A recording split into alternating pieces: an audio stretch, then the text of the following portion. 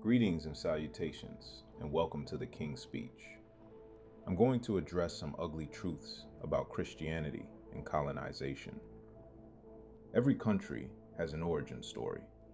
In the Western world, those stories usually start with the claim of discovery, with some so-called brave explorer in a supposedly empty land, a brand new beginning.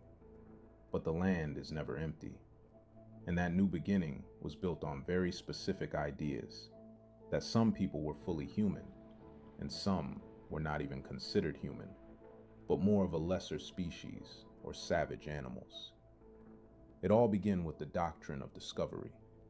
It was a legal doctrine issued by the Catholic Church in the 1400s, declaring that any land not inhabited by Christians could be claimed by European powers. It didn't matter who was already living there. The rule was simple. The rule was finite.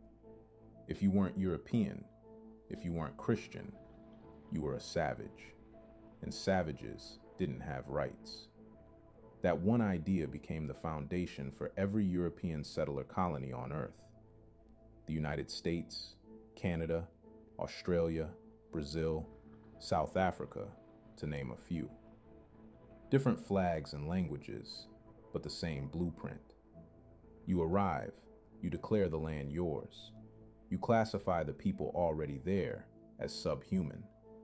Build a racial hierarchy with whiteness at the top, and use every tool available, the law, religion, violence, and policy, to maintain that hierarchy across generations. That hierarchy is how we get the myth of white supremacy. And white supremacy is an ideology that allows white people in these countries to actively engage in overt and/or covert racism, oppression, and subjugation of black and brown people. Now, a lot of Caucasians are going to get upset and defensive by this fact, but it is without a shadow of doubt your irrefutable history. Caucasians have colonized and subjugated many countries in the name of Christianity. Still think I'm talking bullshit? Then let me ask you this. Was the transatlantic slave trade a Christian thing to do? Was what you did to the Native Americans with the Indian Removal Act, the Trail of Tears, a Christian thing to do? Would Jesus or God approve of this and say it was a job well done to advance his glory? If you have to make excuses for your ancestors or start your sentence with a but, all that tells me is, instead of taking accountability and simply accepting that your history isn't squeaky clean, you are just running from the shame and embarrassment of the actions of your people. Because your spirit knows it was wrong, and the feeling of guilt makes you want to instinctively separate yourself from these subjects altogether.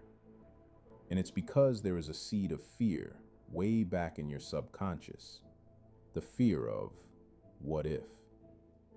What if we have to reap what we sow? You know what I'm talking about. Karma. So secretly, you pray that the hierarchy of white supremacy, white privilege, remains and never changes. It's because the core foundation of white supremacy is built on ignorance and fear. I'm going to be honest with you. As supreme as you might think you are, your people could not walk a day in our shoes. You could never go through what black and brown people went through. I guess to put it simply, you're just not built like that.